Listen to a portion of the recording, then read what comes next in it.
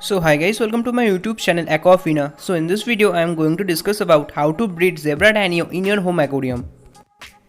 So zebra danio are the most popular and the most common of all danios used in aquarium. The only downside to breeding zebra danio is that the adults like to eat their eggs and baby. So you have to use some trick to protect the egg so they will grow into adults. So single female zebra danio can lay up to 100 eggs per each breeding season. Therefore, if you have 4 to 5 female danios in your breeding tank, expect up to 500 eggs. Before they breed, you should separate this female danio to a separate tank. So this is in preparation for the breeding process and eventually nursery. Therefore, you will need 4 to 5 tanks in your case to successfully breed this species in your home aquarium. So the first step is selection of the breeding tank. The size of the spawning tank should be at least 10 gallon, aeration should be minimal, and the substrate in the spawning tank should prevent zebra danio from eating their own fry or eggs. So the another thing that's important when it's come to breeding this fish is knowing how to tell the difference between a female and a male zebra danio. So zebra danio aren't sexually dimorphic, yet there are slight difference between the genders. Though they look more the same, you can distinguish a male and a female zebra danio basing on their size and shapes. So male zebra danio are usually shorter and have a torpedo-shaped body. On the other hand, females are a bit larger. So this is only the way to distinguish between the male and the female zebra danio. And the second step is water requirement. The water in the conditioning tank should be at around 80°F and water exchange should be carried out daily at a rate of 20 to 30%. So the third step is feeding requirement for your breeding pair. So feeding zebra danio 2 to 3 times a day with high protein foods such as frozen, bloodworm, tubiflex or protein rich quality flake food is essential for proper conditioning your fish that are ready for the breeding. So if you notice fish chasing each other, it's a sign of fish pairing off. The mating is about to happen. In addition to adjusting the water temperature, make sure the tank has ideal breeding condition for zebra danio. It is the best to have a separate breeding tank that you can prepare for the new fry. So after mating or spawning, remove the parents from the breeding tank and placing them into a separate hatching or rearing tank takes some preparation.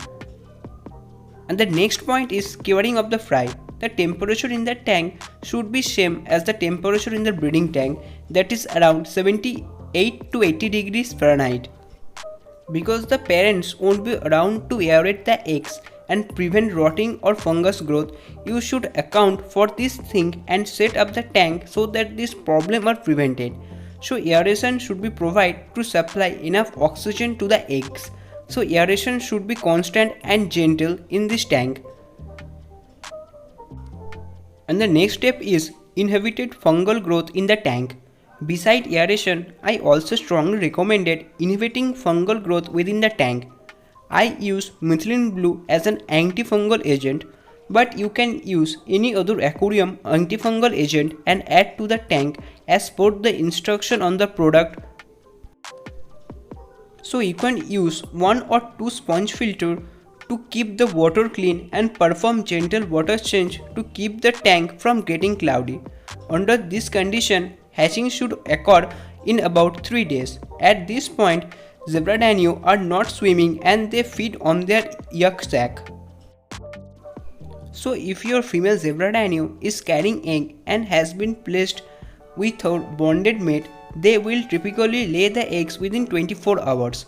So in about 3 days after hatching, the yolk sac disappear, the larvae become free swimming and they are ready to take their first meal. So the next step is feeding zebra danio fry their first meal.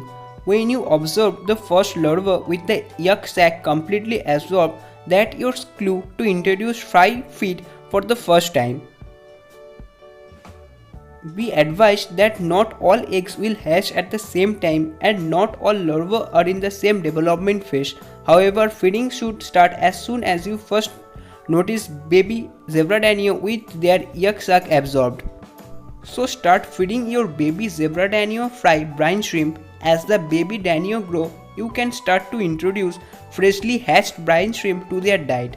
They will normally start to eat the shrimp around a week to 10 days after being hatched.